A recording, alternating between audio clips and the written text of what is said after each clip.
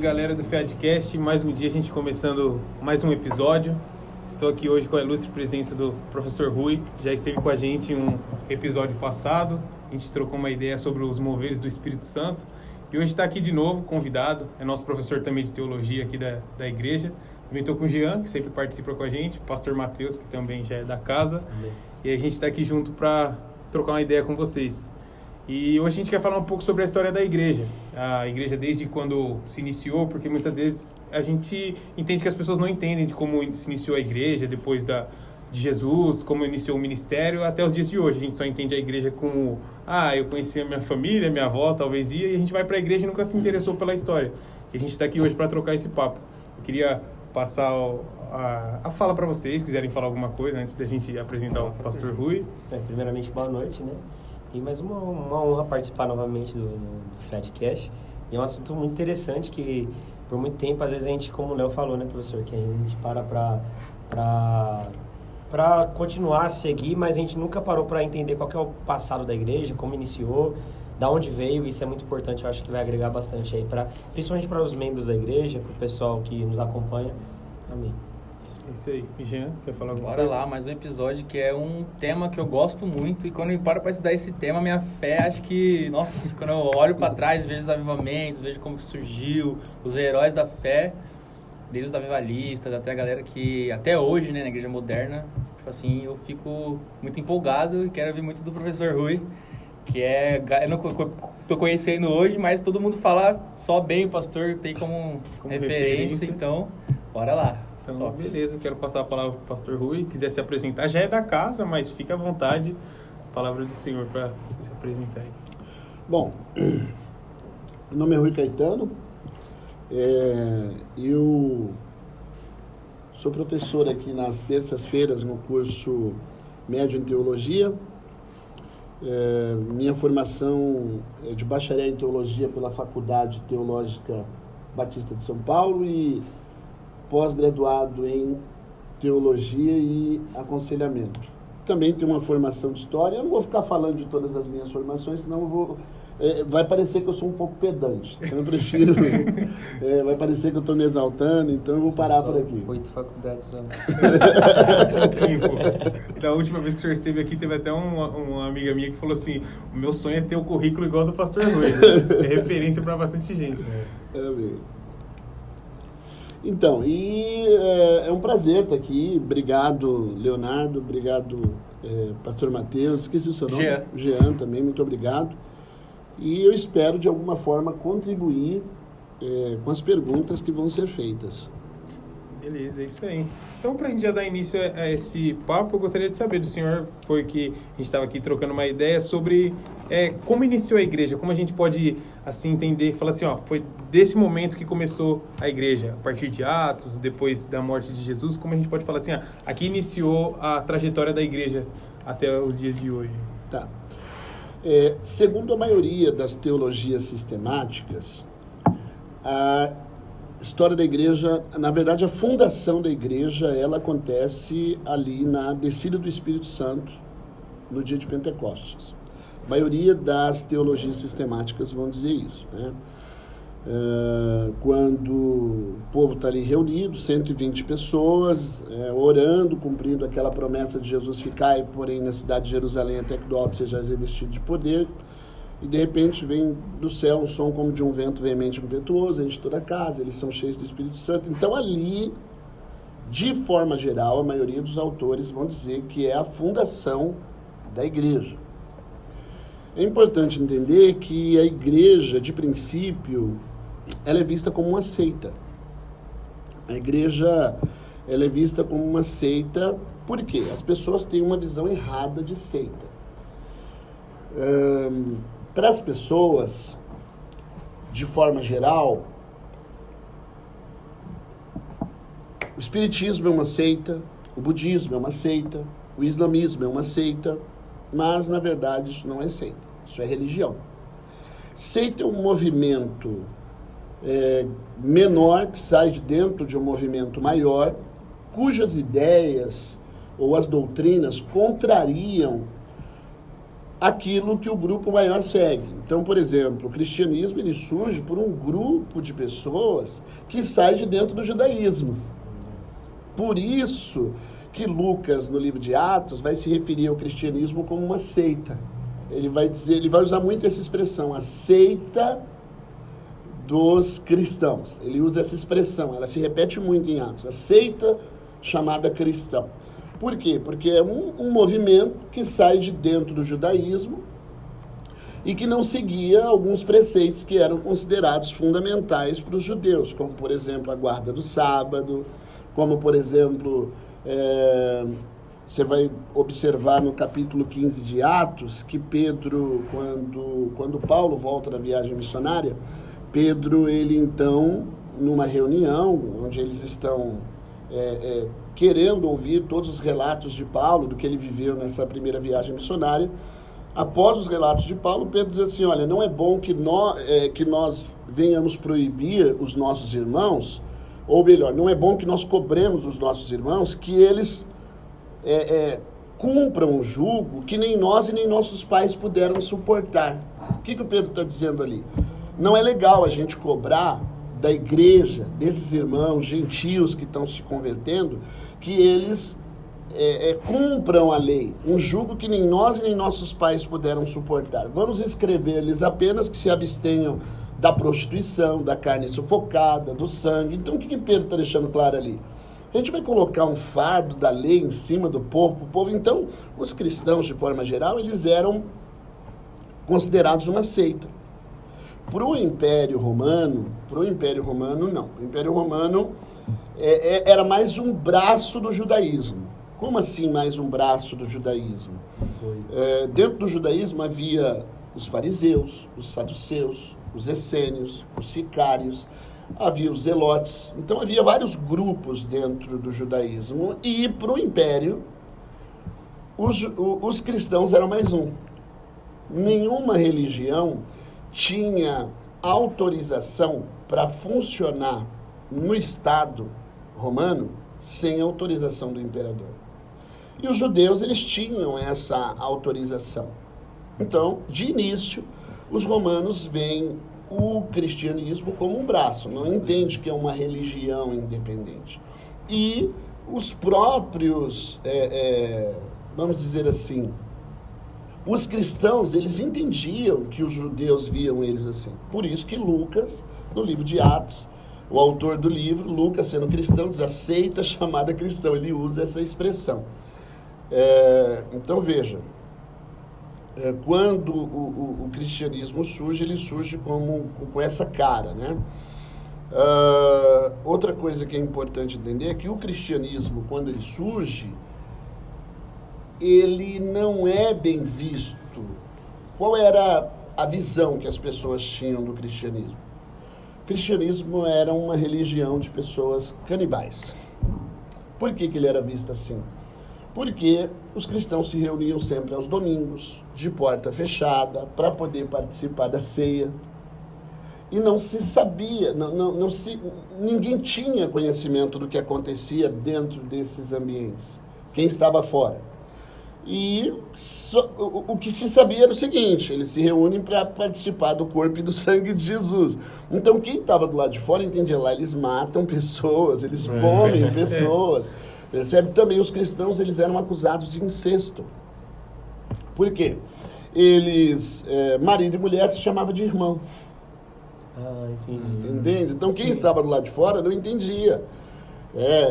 Uma religião, ao contrário do que as pessoas pensam, no primeiro século o cristianismo era visto como uma religião sem pudor, uma religião de pessoas que não tinham escrúpulo. Então, uma religião de canibalismo, uma religião de pessoas que cometiam incesto, uma religião que destruía famílias. Como assim uma religião que destruía a família? Porque as famílias romanas, elas tinham os seus deuses que eles adoravam de geração em geração. E esses deuses eram considerados sagrados. Eram deuses que mandavam a chuva, que faziam a terra ficar fértil.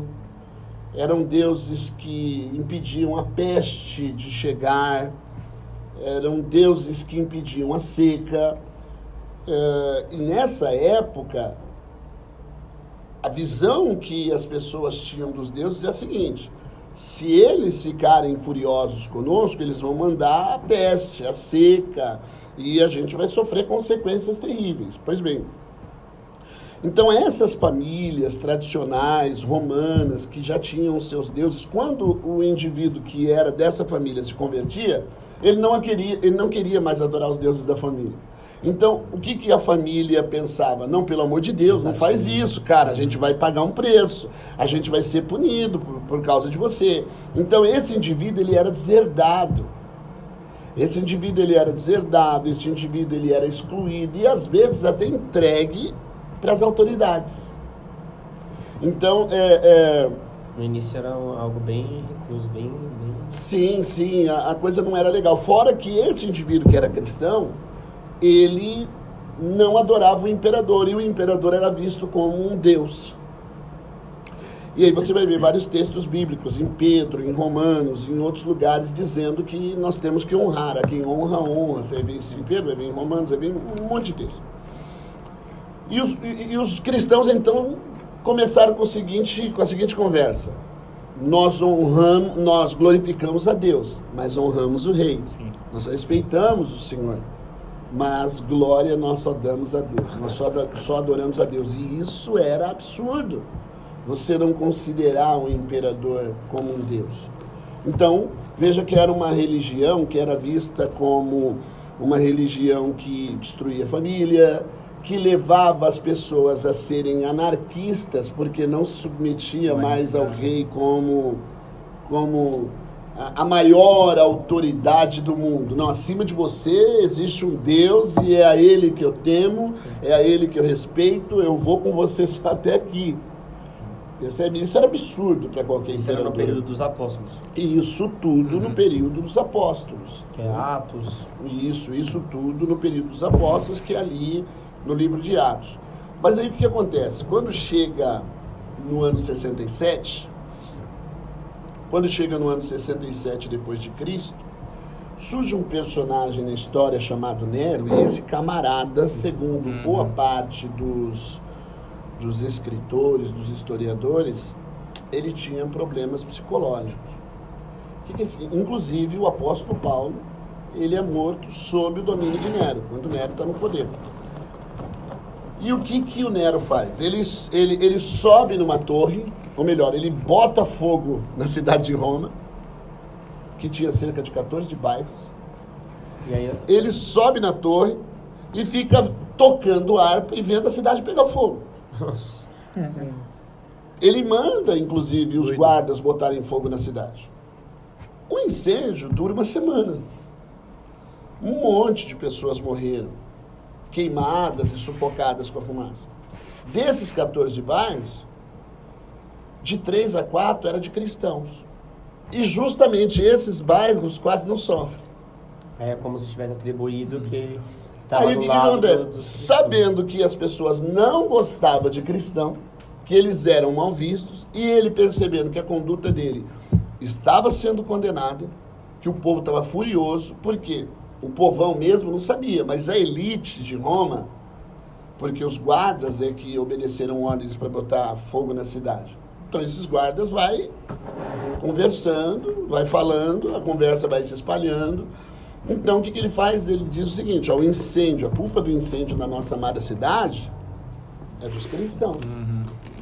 E aí ele aproveita esse fato para dar vazão às maiores atrocidades que há dentro dele. Aí ele vai cometer as maiores barbaridades. O que ele vai fazer? Ele vai pegar cristão, vai atar cera inflamável no corpo desses cristãos, vai pendurar esses cristãos nos postes do seu jardim particular, vai tacar fogo nesses cristãos e fazer eles virarem tochas humanas para iluminar o jardim. Ele vai lançar cristãos dentro da arena e vai ver esses cristãos sendo destroçados por leões, por todo tipo de fera, vai crucificar cristão. Resumindo, ele dá vazão para que a barbaridade dele tenha um alto requinte. Então, a perseguição aos cristãos, ela começa mesmo, propriamente dita, a partir do ano 67 depois de Cristo. Por quê? Porque aí também se percebe que o cristianismo, começa a se perceber que o cristianismo ele é uma religião, ele é uma religião que é independente do judaísmo e ele não tem autorização para funcionar. Então agora esses cristãos vão ter como inimigos os judeus, as heresias e também o Império Romano. Sim. Ele vai ter esses 3 inimigos, que antigamente era só os judeus. Na verdade, o verdadeiro problema era o Império Romano. Né? Era o Império Romano. Eu diria para você que depois de 67, sim, mas antes, o problema principal foram as heresias. Não foram nem tanto os judeus. Aproveitando, só para o pessoal entender, porque talvez o pessoal não compreenda quando eu estava falando ali que espiritismo não é seita, budismo não é seita, porque a ideia de seita, o que precisa ficar claro? É um grupo que contraria o grupo maior de onde ele saiu. Então, por exemplo, os testemunhas de Jeová é uma seita protestante, porque saíram de dentro do cristianismo protestante. Os Mormons é uma seita protestante.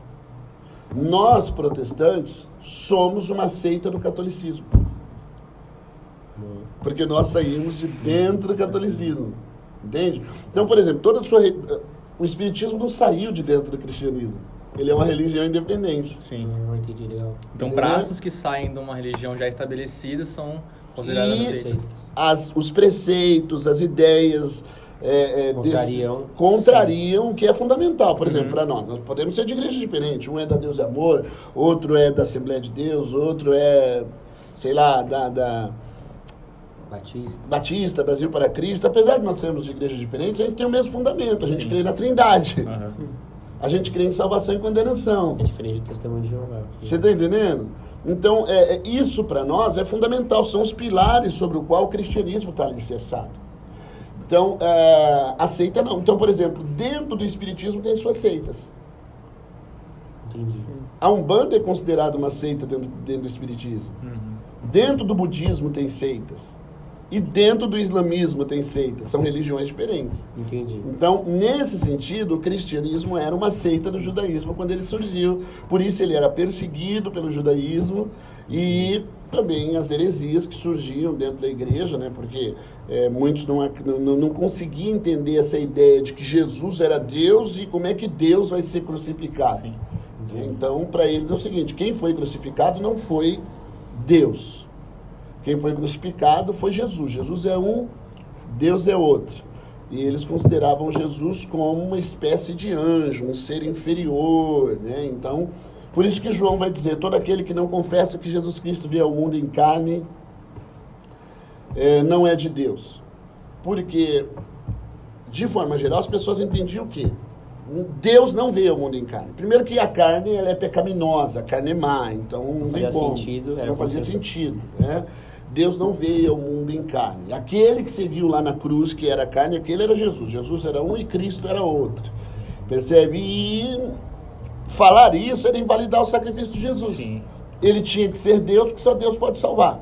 Mas ele tinha que ser humano, porque só como humano ele podia pagar o preço. Então ele tinha que ser 100% homem e 100% Deus. Então anular a natureza humana era anular o sacrifício de Jesus na cruz. E essa discussão ela vai perdurar até vai até o século III. Quem é Jesus?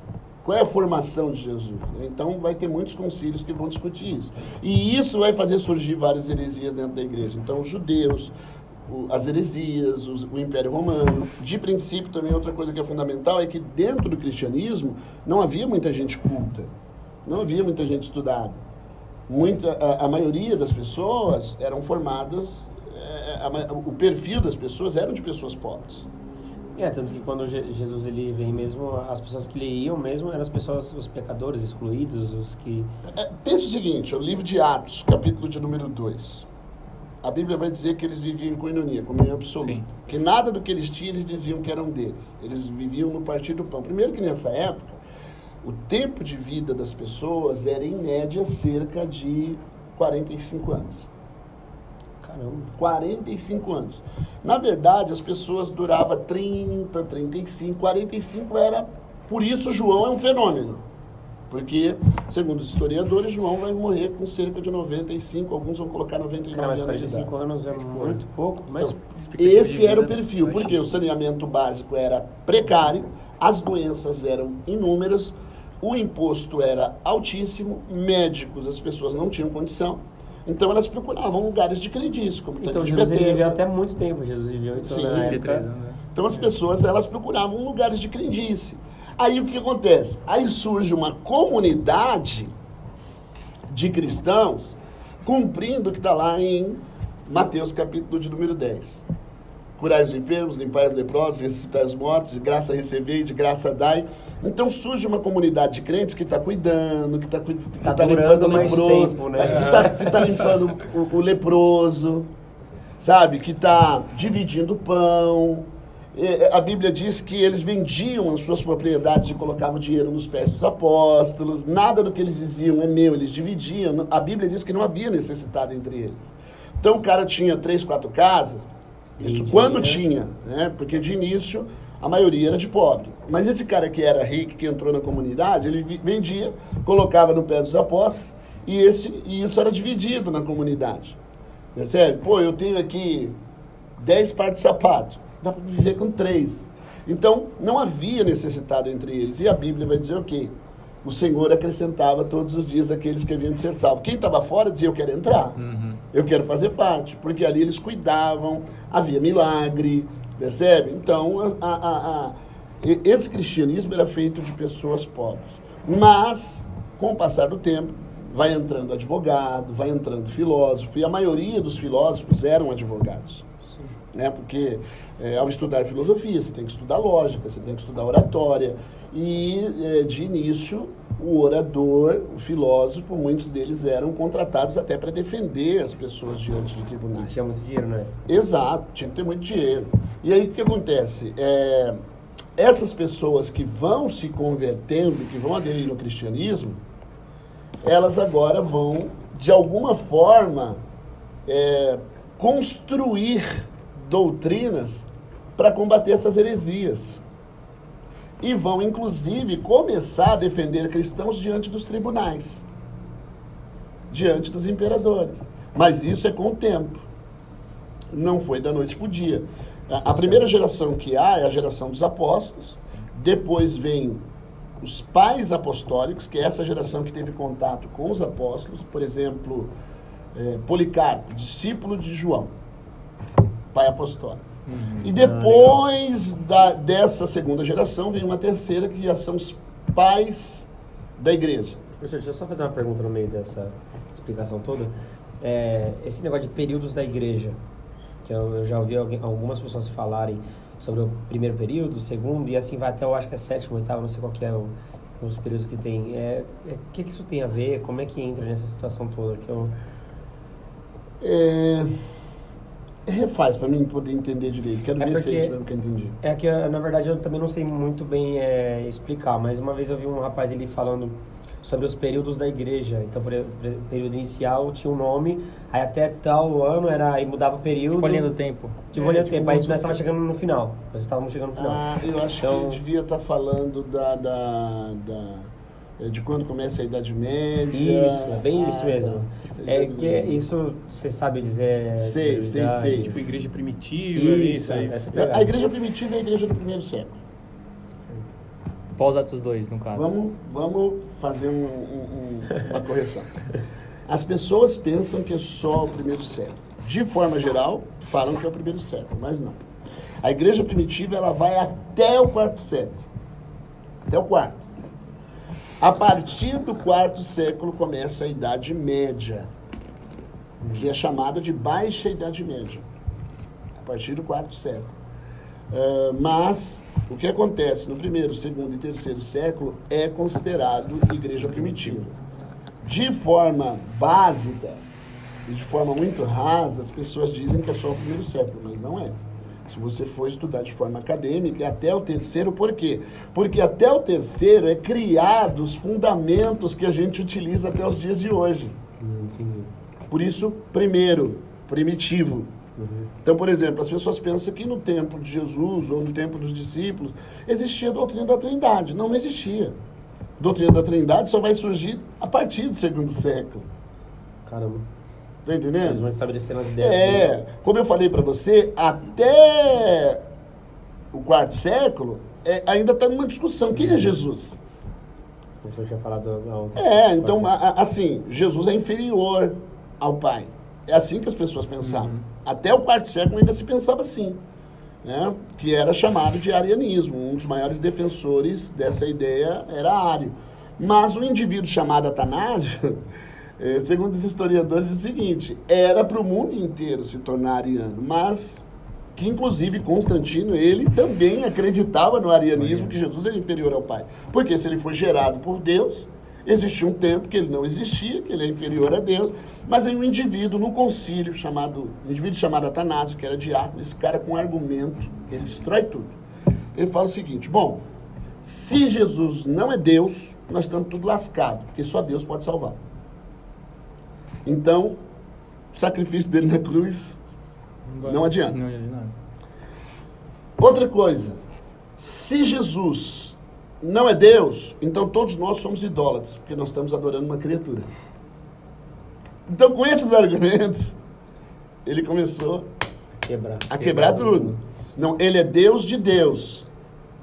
Percebe? Humano forma humano, Deus de Deus. Ele é da mesma substância com o Pai. E aí ele foi... Então, a partir daí, começa-se então a entender, começa-se a surgir a ideia de que Jesus era igual ao Pai, igual ao Espírito, que são 3 pessoas, um único Deus. Mas se você observar também, quase não tem nada escrito sobre o Espírito Santo, é muito pouco. Por que tem pouca coisa escrita a respeito do Espírito? Porque não houve muita discussão a respeito do Espírito de Deus. Então se produziu pouco. Tudo que a gente tem hoje foi produzido pela igreja primitiva. Pelos pais apostólicos, pelos pais da igreja, nos primeiros concílios.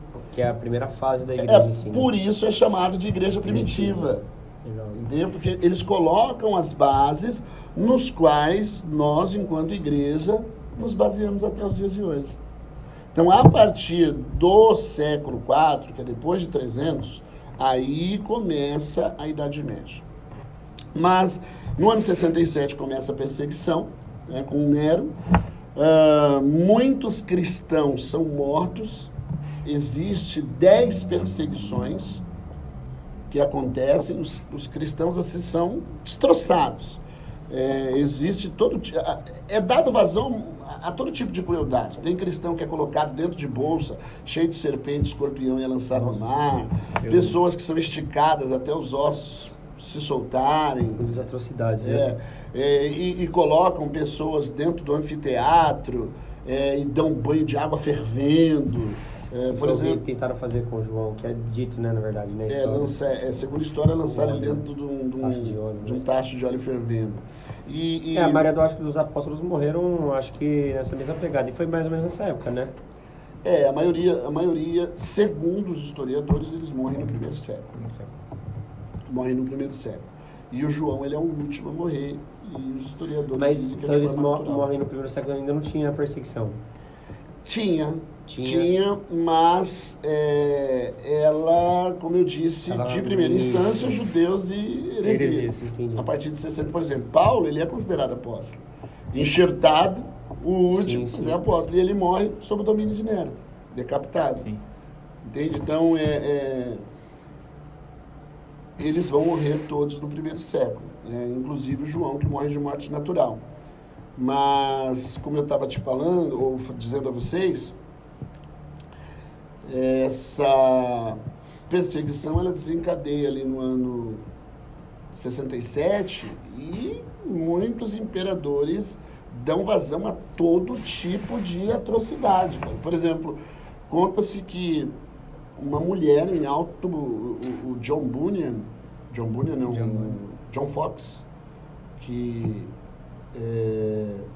faz um relato de todas essas perseguições, ele vai dizer que uma mulher em adiantado mês de gestação, com 8 meses de gravidez, ela está dentro do anfiteatro, deixaram ela nua, deram um banho nela com água fervente, depois soltaram um boi, ele vem, enfia o chifre, joga ela para cima.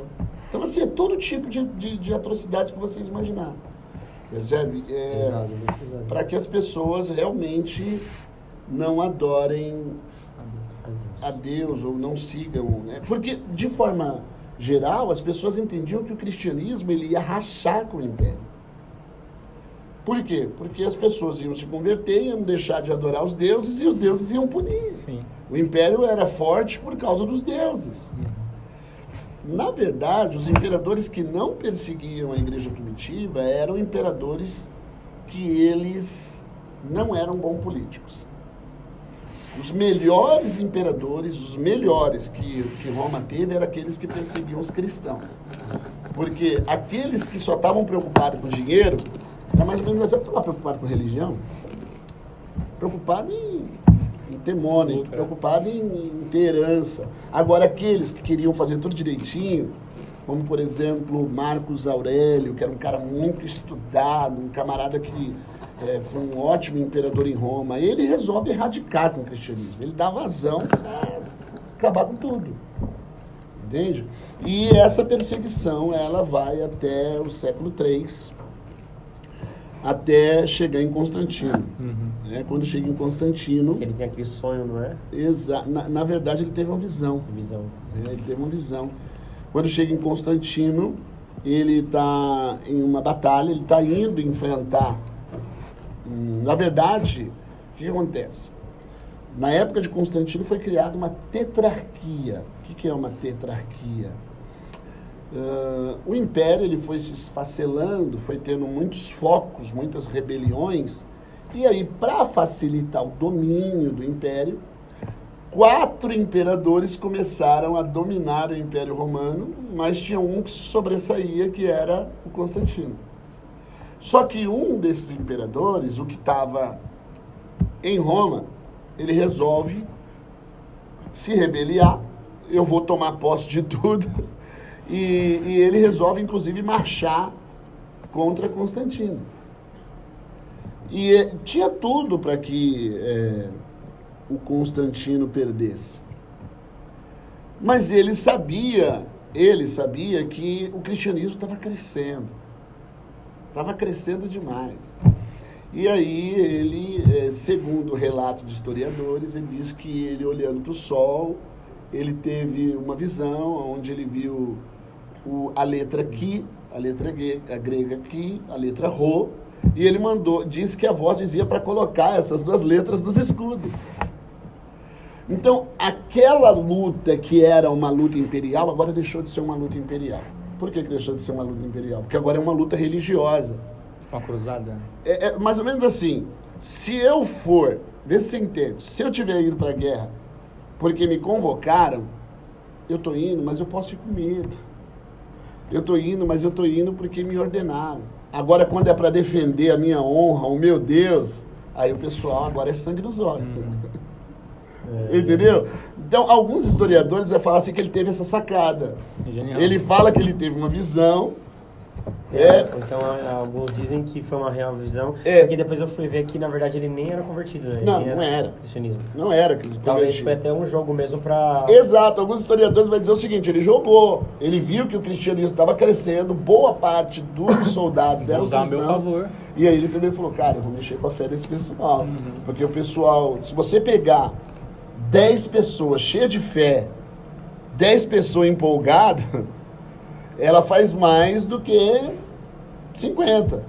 Então ele sabia que o exército dele era menor, estava em desvantagem, e aí na hora que ele falou assim, olha, Jesus apareceu para mim, uma voz, na verdade, diz, coloca o nome dessas 2 letras, porque com esse símbolo você vencerá. Aí os soldados ficaram todos empolgados e aí eles conseguiram vencer esse outro exército. E aí, nesse momento, o imperador Constantino volta, ele entra na cidade, o pessoal festejando, e aí aquele negócio, né? Cara, nós vencemos em nome de Jesus. Nós vencemos por causa de Cristo. Então, aquela religião que era perseguida, agora passa a ter que ganhar força. Né? Em 313 ela deixa de ser perseguida. E ela recebe a autorização do Estado para funcionar. E é nesse momento que também o Império Romano começa a ser cristão também, ou ainda demora um tempo? Então, nesse momento, a coisa começa a virar. As pessoas costumam usar o seguinte: em 313 o cristianismo se torna a religião oficial. Não. Ele recebe autorização. Mas tinha as outras religiões funcionando também. Entende? Aos poucos ele começa a ganhar força. Ele vai ganhando força, porque agora o imperador venceu em nome de Jesus, então o imperador também começa a, de alguma forma, dar ênfase para Cristo, e eu quero ganhar moral com o imperador. Então eu também vou começar a falar desse Jesus, eu vou começar... Então, muita gente... Aqueles que estavam atrás de poder também começou a aderir, entendeu? Porque agora é moda. Agora é moda, Jesus é que tem acontece hoje na real também, né? Hoje não, né? Essas coisas só acontecem na França. Então, assim, aqui no Brasil não. Aqui no Brasil as pessoas servem a Deus não servem por interesse, não servem por modismo, elas servem por convicção. Ainda que percam tudo, ainda que sejam perseguidas, vão continuar firme na fé. Mas isso era o que acontecia. Ironia, tá, gente? Ironia.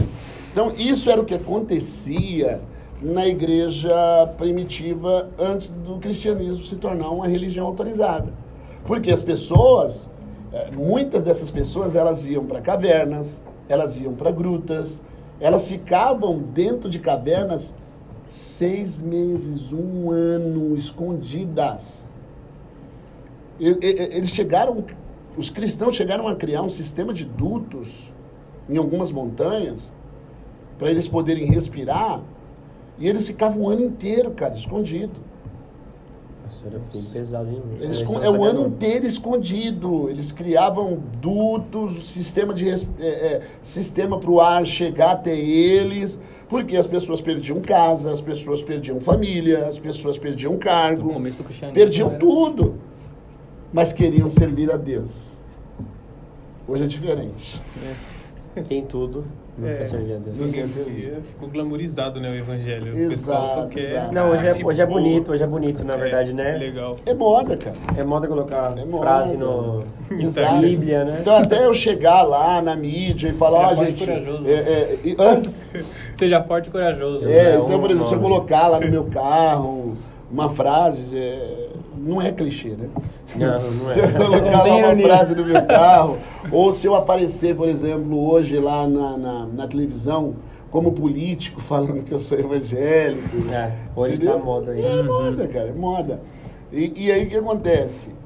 Esse povo era perseguido, e quanto mais perseguido eles eram, mais a igreja explodia, mais crescia.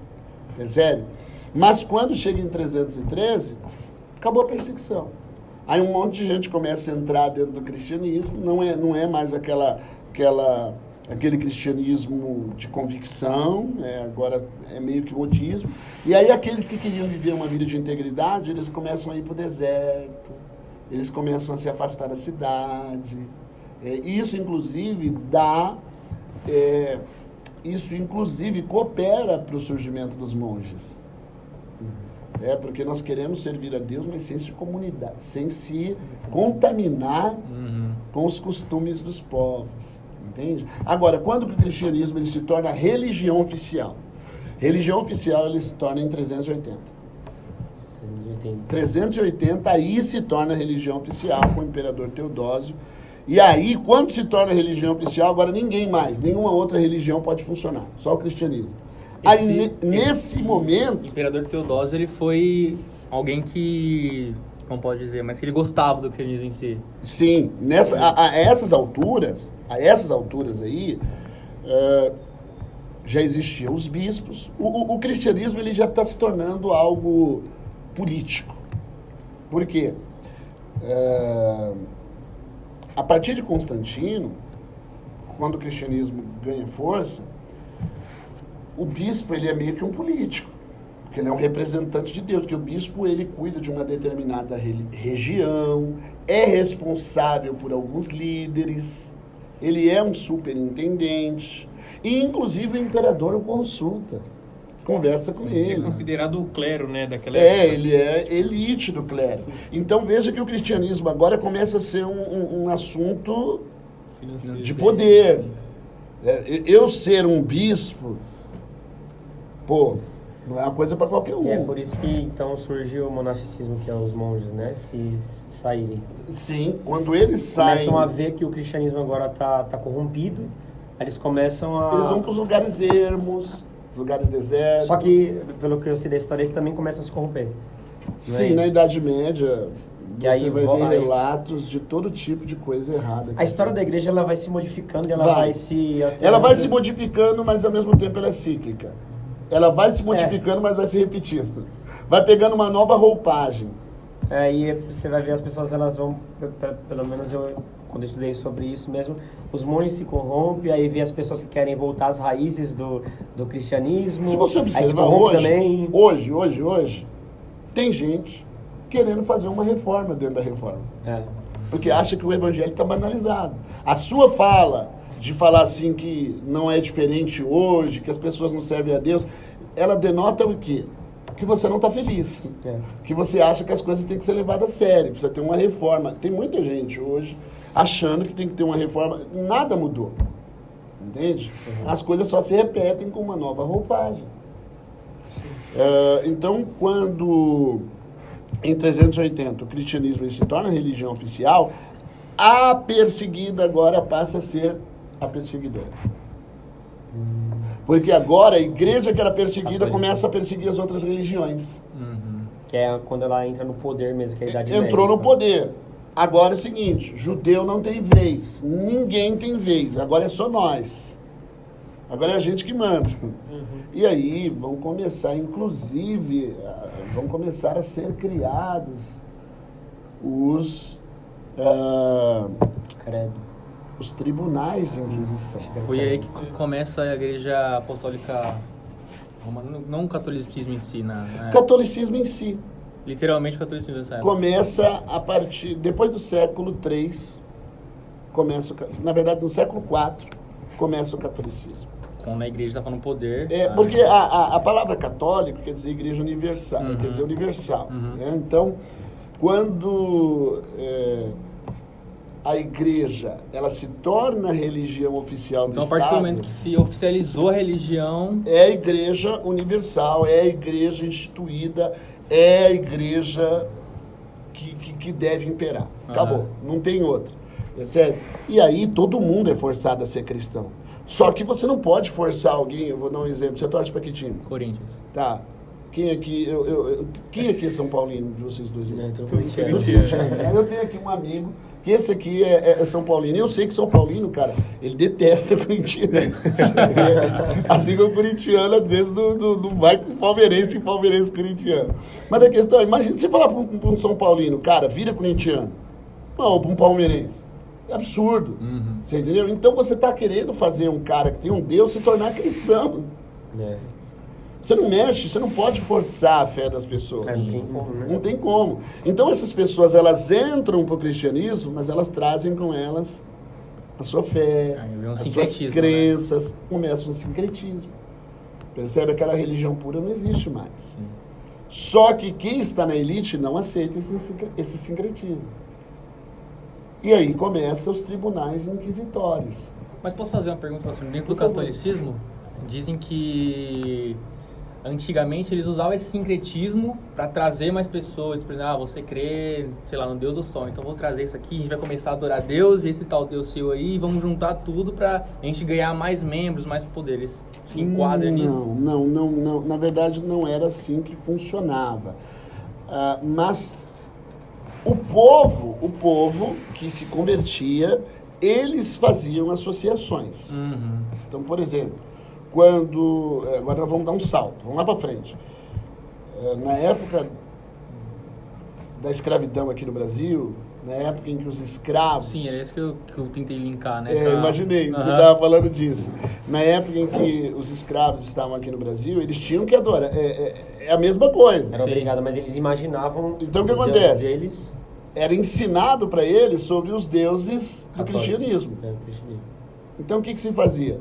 Eles associavam, esse daqui parece com a Iemanjá, esse daqui parece com o tal orixá. Então, eles começaram a fazer a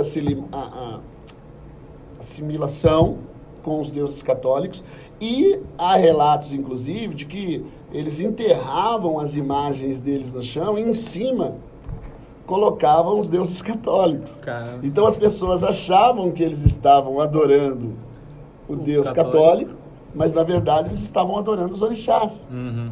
E ao mesmo tempo foi surgindo um sincretismo, que você vê hoje lá na Bahia. Sim. Por exemplo, quando a lavagem da escada daquela igreja que tem lá na Bahia, me fugiu agora o nome dela, você vê uma mistura de católico com espírita, todo mundo lá junto. Por isso que até hoje as imagens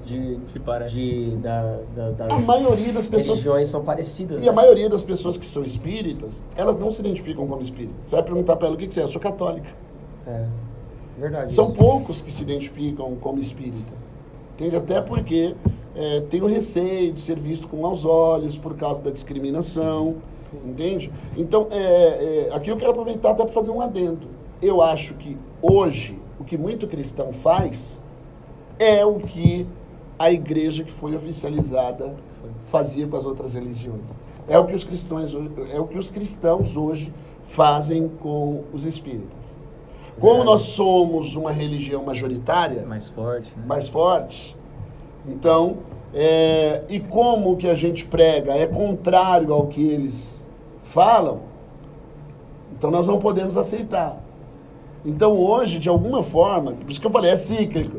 A gente termina fazendo o que se fazia com uma roupagem diferente, mas se faz a mesma coisa. Sim. Entende? Qual é a religião que mais cresce no Brasil?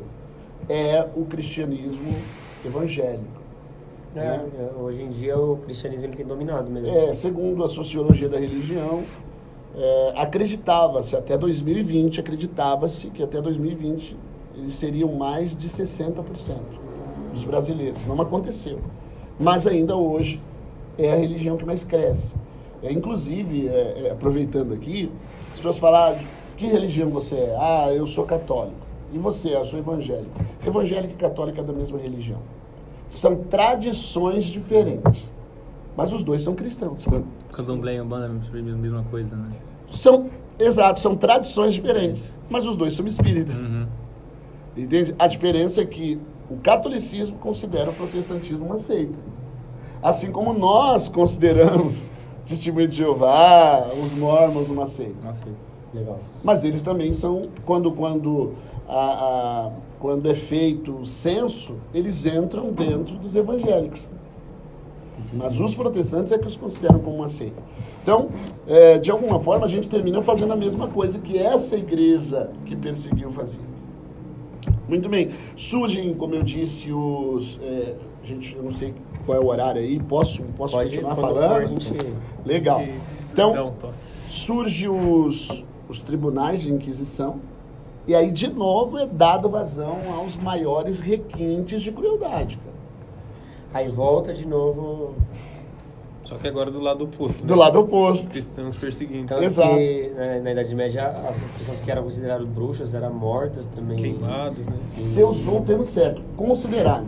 Porque às vezes a mulher nem era, cara. Eu já cheguei a ver, pessoas que trabalhavam com química, perfumaria, eram considerados... Exato. Alquimistas, né? Exato. Pessoas que mexiam com magia. A pessoa que manuseava ervas, sim, ele era considerado... Por exemplo, você quer ver uma coisa?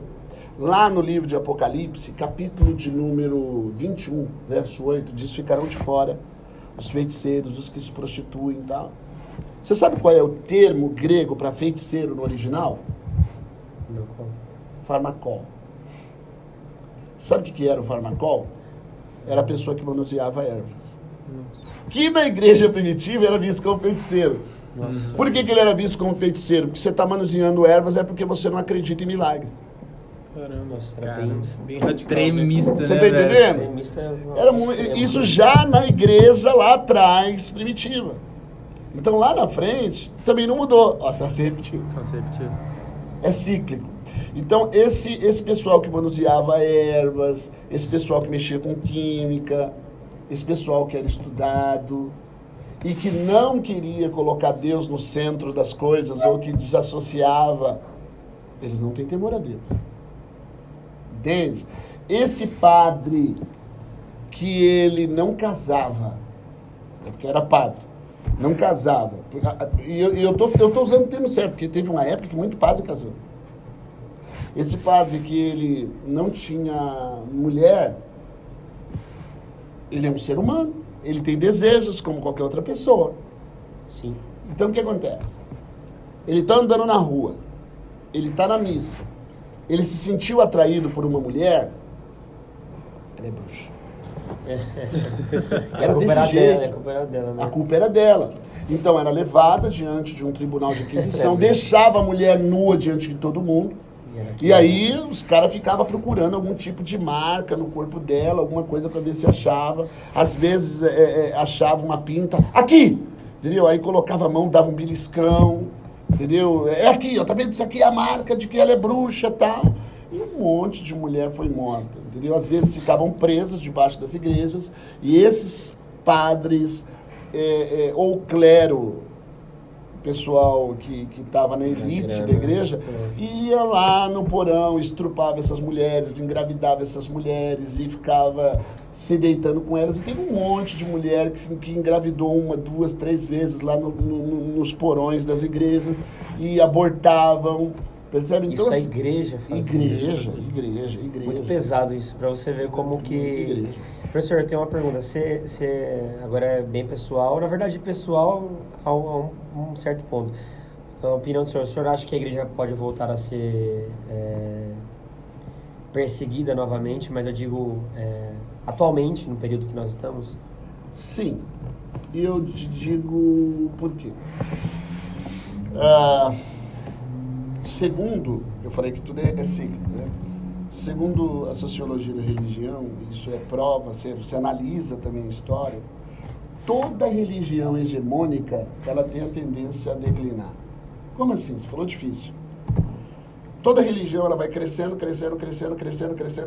mas quanto mais ela cresce, mais coisa errada aparece. Porque quando ela cresce muito, nem todo mundo, boa parte ou a maioria das pessoas que estão dentro dela não servem por convicção, mas por moda. E quando as pessoas servem por moda, começam a aparecer os erros. É o que está acontecendo hoje, muito, né? Então ela vai crescendo, vai dominando tudo. Aí começa a aparecer um monte de podres. E quando isso acontece, ela entra em declínio. E aí outra começa a aparecer. E a que aparece começa a perseguir aquela que está caindo. E sempre vai ser assim. E será que não pode ser ao contrário? A igreja que perseguia, voltar a perseguir? De maneira... Já está.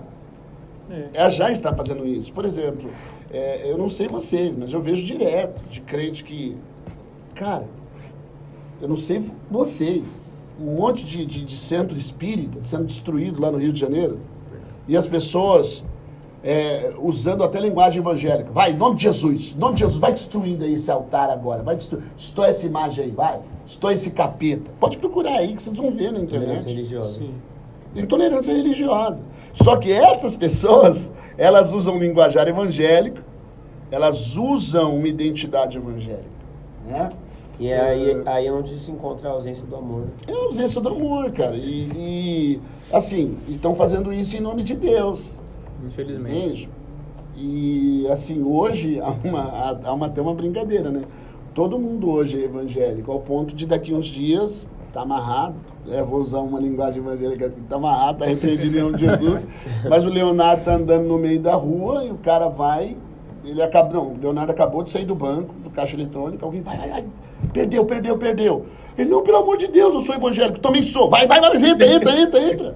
Daqui um dia vai ser assim, cara. É bem assim Entendeu? mesmo, hoje em dia já é assim, né? Eu conheço pessoas que falavam assim pra mim, pessoas que eram do crime, que elas falaram que hoje são pastores, são sérios, mas falavam, pastor, Antes de assaltar, orar. eu ia pra igreja pedir oração. O cara ia pro espiritismo, ele ia lá receber oração pra ver se Deus dava livramento. Você tá entendendo? Então as pessoas, de alguma forma, elas... É um evangelho que cresceu, que tá crescendo, mas isso não quer dizer convicção. Se você pegar os convictos, os que, Não. na verdade, entregariam sua vida pela palavra. Dentro da universidade, conversando, a gente chegou à conclusão, e isso com pesquisa apresentada, que somente 7% dos evangélicos servem a Deus por convicção. Não é nem 10%. Caramba. Nossa, diz quase 60. Quase 60 milhões. Né? Desses 60 milhões, você coloca aí 7%. Nossa, é muito pouco. Não é nem 6 milhões, cara. Então, na verdade, não tem crescido. Entendeu? Na verdade, o problema é que cresce crescimento não é em qualidade. número, mas diminui os convictos. Exato. Esse é o problema. E aí, um aluno uma vez ficou bravo comigo na sala de aula quando eu falei para ele, eu sou a favor de que igrejas fechem. Eu sou a favor de que igrejas fechem, eu sou a favor de que algumas igrejas, porque elas fazem um desfavor, cara. É um desserviço. Falou tudo. Entendeu? Porque elas complicam o nosso tipo de trabalho. Eles carregam o nome de evangélico. E aí de você igreja, mas associar... O preconceito é o que reina na igreja. E aí, As palavras de maldição. e as pessoas vão associar essas pessoas comigo e com vocês. Sim. É verdade. Todo evangélico Todo pilantra, evangélico é ladrão, todo ladrão. evangélico é isso, todo evangélico porque... Então, esse tipo de igreja, Construiu a imagem. eu particularmente sou a favor de que deveria ser aprovada uma lei sedentista. Sim, Mas para você exercer a sua função, você teve que estudar? tinha que estudar. Desculpa. Deveria se cobrar, sim, das pessoas que querem ser pastores. Incrível. Que eles tivessem um mínimo de preparação para isso. Incrível. Porque você está cuidando de gente, cara. Você está cuidando de E pessoas. influenciando, né? Pessoas Pô, a Porque serem- a o pessoa pastor, ele é um dos Verdade. caras que mais influencia. Não, né? a pessoa entra na igreja com a família dela destruída, cara, e ela entrega a vida dela na sua mão. A vida da família dela na sua mão. É verdade. Você está entendendo? A pessoa entra lá com a vida financeira destruída, doente, ela entrega a vida dela na sua mão. E aí, esse cara que às vezes está lá na frente da igreja, ele não tem formação nenhuma, não tem nem formação espiritual, E psicológica. psicológica nenhuma. E se você deixa uma pessoa que tem nome de médico, mas não é médico mexendo em você, ele vai te matar, É cara. verdade. Sim. Mesma Então, coisa é aí- um cara que... Aí o cara tá aqui congregando com o pastor Mateus, com a pastora Kátia, aí não concorda com o pastor Mateus, só que ele é usado, e principalmente nesse eixo Rio-São Paulo, o cara, ele era assaltante, traficante, matador, macumbeiro. Ele era alguma coisa terrível lá fora. Se converteu, Deus começou a usar ele, taca o óleo na cabeça dele e já é missionário. É isso mesmo. E aí o povo, e se ele entregou umas revelações, um monte de gente começa a seguir. Já vira referência. Já vira referência. Aí esse cara não se submete ao pastor Mateus, aí ele sai, pastor Mateus é amado, é querido, todo mundo gosta dele, tem uma igreja grande. Aí eu também quero ser tratado como pastor Mateus, e ele não concorda comigo. Eu vou aqui na frente, 500 metros à frente, abro minha igreja e arrasto um monte de pessoas da igreja do pastor Mateus para lá. E aí eu começo. Mas, cara, faz 2 anos só que eu me converti. Ano de crente leva as pessoas pro céu? Claro que não. Mas que dá experiência, dá. Dá, acho que dá. Pô, Bagagem você tem que importante. ter uma bagagem, pelo menos um mínimo, para você poder cuidar. Tem que ter levado umas broncas na vida, Pô, né? pelo amor de Deus, gente. Quando eu era... Eu sirvo ao Senhor desde os 7 anos de idade. Eu também desde quando... Cara, eu todo vou mundo fazer aqui. agora 46 anos. Nossa, é muito tempo, professor. Você tá entendendo? Então, pô, 39 anos vai fazer 39 anos. que eu conheço a Quase palavra 40 de anos. Deus. E desde os 10 anos lendo Bíblia. Minha primeira Bíblia eu ganhei com 10 anos de idade, eu amava ler a Bíblia. E aí, cara, eu me recordo que para ser um pastor, esse cara tinha que ficar acompanhando um pastor. Ele era obreiro, ficava acompanhando, ia nas visitas, ia... Quando o pastor ia fazer um velório, Ele acompanhava o pastor o tempo todo, Pra ser um aprendendo, para se modelando, e ele era colocado para fazer uma abertura de culto, num ponto de pregação. E aí, depois de vários anos, dando ali 10, 12 anos com o pastor, é que ele era Vendo levantado. as Não era só experiências. alugar um salão e colocar uma placa lá. Hoje é assim, cara. Hoje é. Entendeu? Eu conheço pessoas que vão ao monte e falam que Deus mandou ele se auto-ungir, cara. Não é... Que isso? Eu não consigo acreditar numa coisa dessa. Virou palhaçada. Hoje em Você dia quer que eu te tem fale um tudo. negócio? Você acredita que agora existe unção de patriarca? Eu tô falando sério. Existe unção de patriarca. Como assim, né? Eu tô falando, Que é unção de porque patriarca? assim, não é unção de patriarca. As pessoas, elas cada vez surgem com coisas que eu não sei de onde elas tiram. Então, começou com uma onda de apóstolo e todo mundo foi surgindo apóstolo. Não tem nada contra quem é apóstolo. Beleza, pessoal? Nada contra. Até porque lá em Efésios diz, escolher uns para ser pastores, evangelistas, apóstolos. Não concordo com esse conceito de apóstolo que tem hoje, que as pessoas se auto-intitulam apóstolos, dizendo, eu tenho uma unção sobrenatural, uma unção diferenciada, a minha visão é uma visão maior do que a dos outros. Então eu não concordo com isso. Agora, dentro da ideia de eu sou apóstolo porque eu sou um plantador de igrejas, um missionário, Mas não deixa de ser um pastor.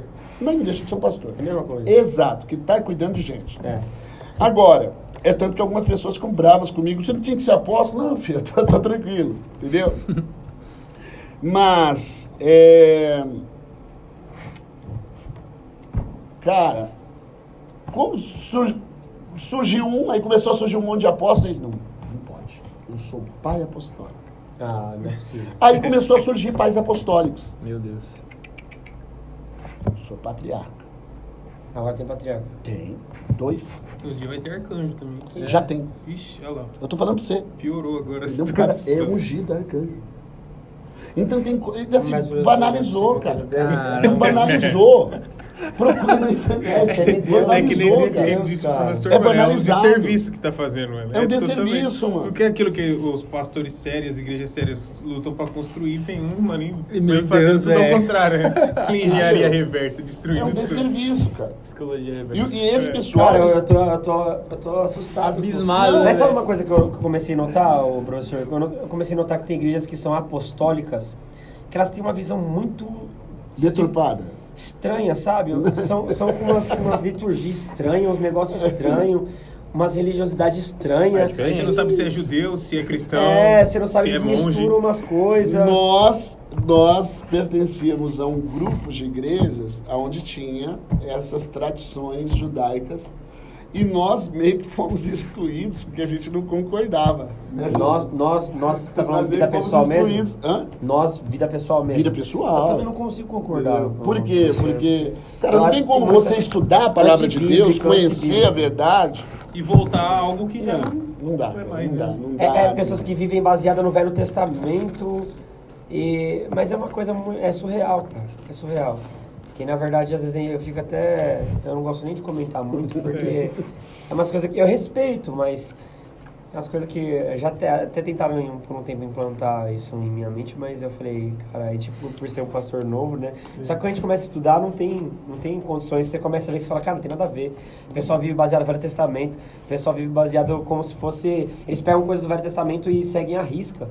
Então, não criticando, mas eu já vi pessoas vir ofertar em minha vida e chegarem e falar assim, ó, pastor, fica de pé na minha frente. Eu falava, mas por quê? Aí vinha, colocava no meu pé a oferta e deixava no meu pé. Eu falava, amém, eu entendi. Só que depois eu fui estudar um pouco para entender as primícias nos pés dos apóstolos, etc. Aí eu falei, amém. Mas eu falei, cara, umas coisas bem diferentes, sabe? Não sei se é certo ou se é errado, mas eu olhei umas coisas que parecia que eu tava num tempo de mil anos atrás. Eu falei, cara, eu me senti agora quase que eu botei uma roupa de Cara, pano de saco. chinelinho. A minha igreja ela praticamente foi excluída porque queriam que eu implantasse lá a primícia.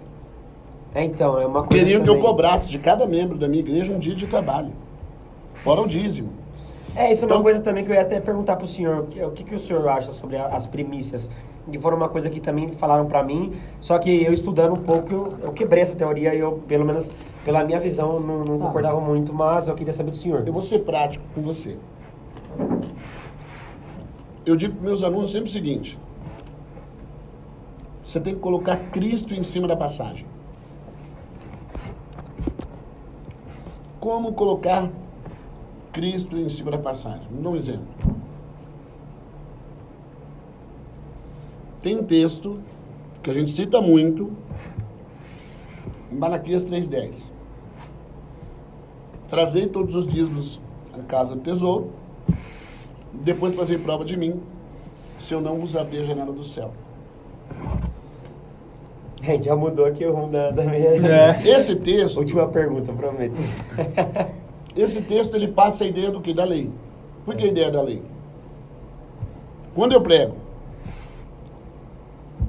se você der o seu dízimo, ou levar o seu dízimo, você pode fazer prova de Deus, porque a Bíblia está dizendo. Fazer prova de mim, meu irmão. Você tem o direito de fazer. O que você está dizendo? Eu tenho mérito. Se eu der, eu mereço. Eu tenho que esperar alguma coisa. Então, na verdade, o dízimo é uma gratidão. Coloca Cristo em cima e vê se dá. Não dá. A chuva desce sobre bons e maus. O sol nasce sobre justos e injustos. Então, pra todos. Pela graça sois salvos por meio da fé. Isso não vem de vós, é dom de Deus. Efésios 2:8. Não vem de obras para que ninguém se glorie. Então, quer dizer, por mais que eu faça, eu não sou digno. Então, quando você coloca o Novo Testamento, você vai aprender o quê? Gratidão. E não é uma prova. É gratidão e amor. E aí, quando você coloca gratidão e amor, tudo muda. Você vai fazer até mais. Por que você vai fazer até mais? Porque é pouco. Porque o que pauta você não é mais a regra. É o sentimento. Exato. Se me amardes, guardareis. É o amor. Você vê que em Jesus tudo muda. Por exemplo, lei. Amai-vos uns aos outros como eu vos amei. No Novo Testamento isso não serve. Por que não serve? Um novo mandamento vos dou. Amai-vos uns aos outros. Ou melhor, no Antigo Testamento, amai uns aos outros, ama o teu próximo como a ti mesmo. Novo Testamento, amai uns aos outros como eu vos amei. É diferente. Porque nem todo mundo se ama. Sim. Então, se eu te amar como eu me amo, pode ser que você esteja lascado. Dependendo de como você Agora, se eu te amar como Jesus te amou, aí o padrão aumenta, a cobrança é outra. E na verdade a gente nunca vai conseguir alcançar esse amor, né? Só que sempre tentando. Isso aí, meu parceiro, tudo muda, cara. Entende? Então, quando eu coloco Cristo, eu quebro algumas heresias. Exatamente. Coloca Cristo e vê onde cabe aí pra mim. Caramba, quebrou. Tem que pregar um dia de oferta aqui na igreja. Caramba. Não vai, meu. Aí você vai entender o seguinte: meu dízimo é pouco. Tudo é muito pouco. Tudo é muito pouco. Eu faço pouco. Eu vou tomar uma atitude antiética aqui. Esse cara aqui que tá do meu lado, que o pessoal não tá vendo, ele é meu parceiro. Ele é mais do que... Desculpa, gente, porque eu tenho um carinho muito grande por esse rapaz. Ele é minha ovelha, mas é um parceiro, é um amigo. Ele deu dízimo esses dias. Mas ele tinha que dar R$300 de dízimo, não é 300? R$300. Aí a tesoureira liga pra mim e fala assim, fulano de tal foi lá e dizimou 500. Eu não pedi isso pra ele. Porque ele entendeu o que é evangelho. Você tá entendendo? Então, quando você entende a essência do evangelho, cara, tudo muda. Você não faz o que é não, a regra. Ele não faz por causa de mim, cara. Você entendeu? Ele me respeita como pastor dele. Mas ele não me obedece porque eu sou o pastor. Vai além disso. Você tá entendendo? Tudo muda, cara. Entende? Então, quando a gente aprende de fato a essência do evangelho, você não fica nessas regrinhas. Isso aí já é... Caramba, top. Isso é ultrapassado. É bem isso mesmo. Entendeu? Isso aí já passou, isso aí já acabou, isso aí já ficou lá atrás. Aí o que aconteceu? Surgiu a oportunidade da gente comprar o salão da nossa igreja. Ele trabalha como corretor, cara. Ele pegou e fez um propósito que se Deus honrasse ele ia comprar o salão pra gente. Eu pedi? Eu mandei? Não, cara. Ele só foi lá me acompanhar. Entendeu? porque ele é corretor, me ofereceram o salão, eu levei ele porque ele tem um olhar técnico. Eu sou teólogo, eu não sou corretor. Então, quem honra, honra. Tá certo. Né? Por exemplo, eu tive um problema esses tempos atrás nos dentes, eu entrei em contato com quem? Com você. Te mandei uma mensagem. Então, eu levei ele, pô, e o cara foi lá para ver, tá aqui comprar o prédio pra igreja. Glória a Deus. Então, por quando isso. você entende o que é, cara, o evangelho, você vai além. Você não, eu tenho que fazer isso. Quando alguém me faz a seguinte pergunta, pastor, eu tenho que dar o dízimo do meu fundo de garantia? Eu tenho que dar o dízimo do 13º? Essa é a pergunta do legalista. Essa é a pergunta de quem quer cumprir a lei. Porque quem vive na graça não faz esse tipo de pergunta. Ele não quer cumprir a regra, ele quer ir além. Nossa, top. Cara, eu não tenho o que falar. Tenta pregar isso da forma que ele pregou pra você ver. Sai nada, mano. Professor, a melhor forma de terminar essa conversa nossa, eu queria só falar uma coisa que eu tá muito forte no meu coração por esses dias. Eu acho que, na verdade, a gente deveria refletir um pouco mais se a gente tem sido verdadeiros cristãos, porque eu tenho visto que a igreja mesmo está escassa de pessoas que de verdade morreria pelo evangelho, morreria por Deus, sabe? Eu acho que é isso que falta muito em nós. Eu falo muito para eles. Eu falo que as pessoas hoje colocam muito o emprego, colocam muito a vida social, colocam muito tudo acima da vontade de Deus, e quando a gente para ver a igreja, pessoas, elas morriam simplesmente por adorar. E era simplesmente... E não estou falando nem de fazer algo bizarro. Era você ter uma Bíblia, morreu. Você falar a Deus, morreu. Você adorar Deus, era a coisa que a gente hoje faz de livre acesso. Então, o que eu queria dizer para quem está nos ouvindo hoje é bem simples. Eu queria que todos refletissem um pouco a respeito se a gente tem sido aproveitado, na verdade, essa chance que a gente tem de adorar a Deus, como muitos queriam ter e não tiveram, né? Mas é isso. E olha que não deu tempo nem da gente chegar na reforma. Hein? A gente marca... Vai ter parte 2, vai ter parte 2, com certeza, meu Deus. Porque... Aí a gente vai falar da reforma, a gente vai falar como o evangelho chegou no Brasil, entendeu? Amém. E daqui pra frente, né? É. Que é bom falar daqui pra frente também. Sim. Então, por enquanto, eu acho que é isso. Hoje foi bem uma introdução e dá pra gente fazer muito mais temas, e o professor Rui sempre tá aí com a gente, então é de fácil acesso, né? É uma agenda complicada, mas a gente dá um jeito de encaixar. Amém. E eu acho que é isso. Então, já vou agradecer aqui o pastor Rui, que esteve presente de Prazer. todo bom grado. Estamos à disposição. Se propôs a vir, pastor Matheus, Jean, que está sempre com a gente, e você que está assistindo. Receba os conselhos do Evangelho e que o nosso papo aqui seja edificante para quem está assistindo. Eu quero agradecer a todos. Vocês têm mais alguma coisa para falar? Sensacional. Então é isso aí, galera. Muito obrigado e até o próximo.